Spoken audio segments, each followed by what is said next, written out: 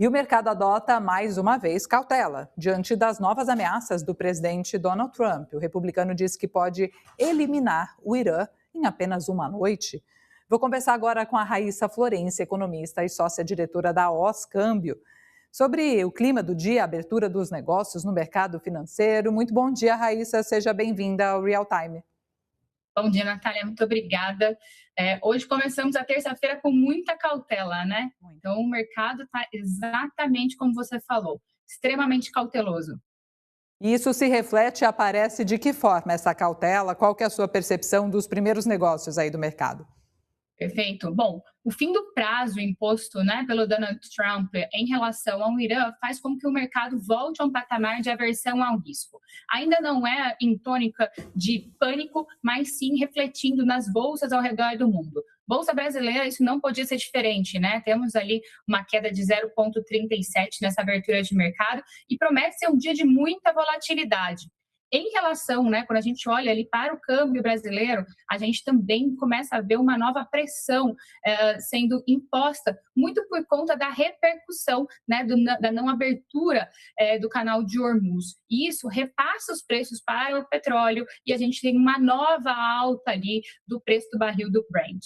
Isso traduzido ali, né, em relação às moedas emergentes, sofremos bastante, apesar do real ser a moeda mais resiliente nesse momento, por conta de indicadores domésticos, né? Mas a gente orbita o dólar na casa dos 5,15, 5,16, não com uma queda como a gente tinha visto anteriormente, mas isso pode, se houver algum tipo de escalada em relação ao prêmio geopolítico, a gente pode ver esse dólar sendo pressionado ainda mais forte, podendo chegar na casa, sim, dos 5,20, né? Então, compasso de espera, muita preocupação e muita cautela devido a esse prazo que foi estourado ali, que tinha sido imposto ao Donald Trump.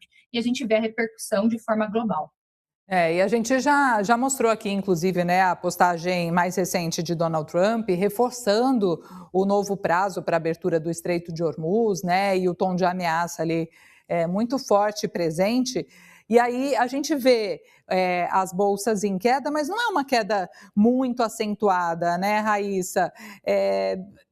Qual que é a leitura que os investidores estão fazendo?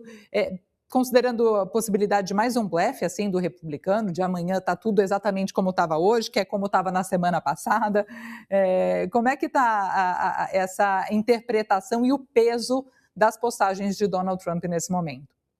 É compasso de espera, né? Trump já fez inúmeras postagens ao longo dessas últimas semanas, né, até desse último mês, sinalizando que teria escaladas que acabaram não se concretizando, sinalizando que haveria interrupção ali do conflito, o que também não aconteceu. O Pentágono acabou sinalizando algo completamente ao contrário, e a gente viu o desenrolar dos conflitos continuarem. Então, o mercado olha para a postagem do Donald Trump de uma maneira em que precisamos estar atentos, mas isso ainda não reflete nos números, né? O que reflete nos números é a efetividade do canal de Hormuz não ter sido aberto e o conflito não ter sido cessado, mas ainda não está mapeada uma escalada. Isso pode acontecer e pode mudar o cenário? Sim, mas o mercado ainda não começa a precificar isso. Então, a pressão ela acaba aumentando, acaba repercutindo. Então, projeções do Federal Reserve para corte de juros acabam ficando de lado, né? A ideia é que se mantenha os juros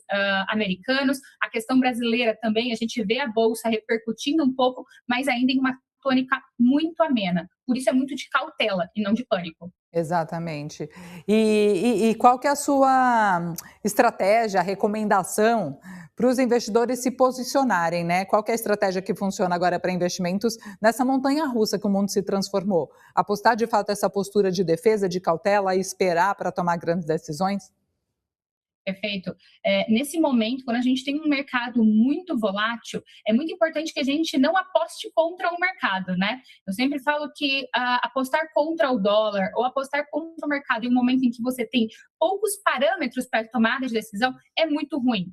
Então, nesse momento, a melhor defesa é justamente a cautela e a análise dos dados que estão acontecendo no mercado. O Brasil tem uma posição muito favorável, é importante a gente salientar isso, por duas razões. A gente ainda tem um fluxo de capital no primeiro trimestre positivo, de acordo com o carry trade, né, a nossa diferença de juros em relação aos Estados Unidos. Então, estamos bem posicionados e nós, como moeda, somos a moeda mais resiliente dentre as emergentes. Então, é importante também a gente observar esse cenário de que a pressão em relação ao dólar é por fatores externos, mas o Brasil está conseguindo segurar a sua posição.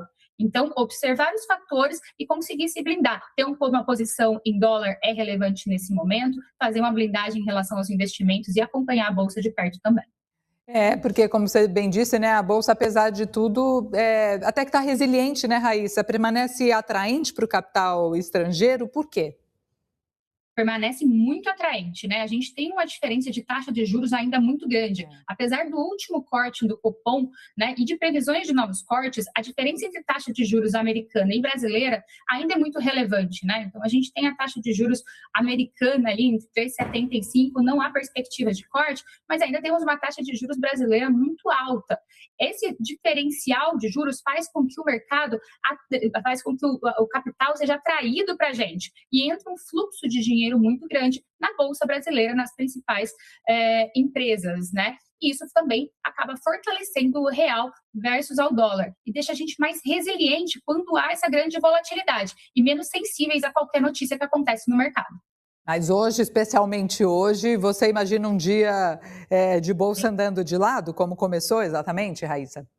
A gente deve ter uma volatilidade interessante para a Bolsa, né? Ela não deve andar de lado, a gente deve acompanhar as próximas notícias ao longo do dia, mas a gente deve ver um pequeno impacto na nossa Bolsa, sim, né? Como já teve uma pequena queda na abertura, mas nada grave, nada crucial. Só vai haver se a gente tiver alguma questão derivada do petróleo que pode impactar a Petrobras, que está ancorando a Bolsa neste momento, né? Então, Petrobras e empresas correlacionadas a combustíveis estão fazendo uma ancoragem importante por conta do aumento do preço do barril do petróleo. Então, se houver alguma questão em relação a isso, a gente pode ver a Bolsa oscilar.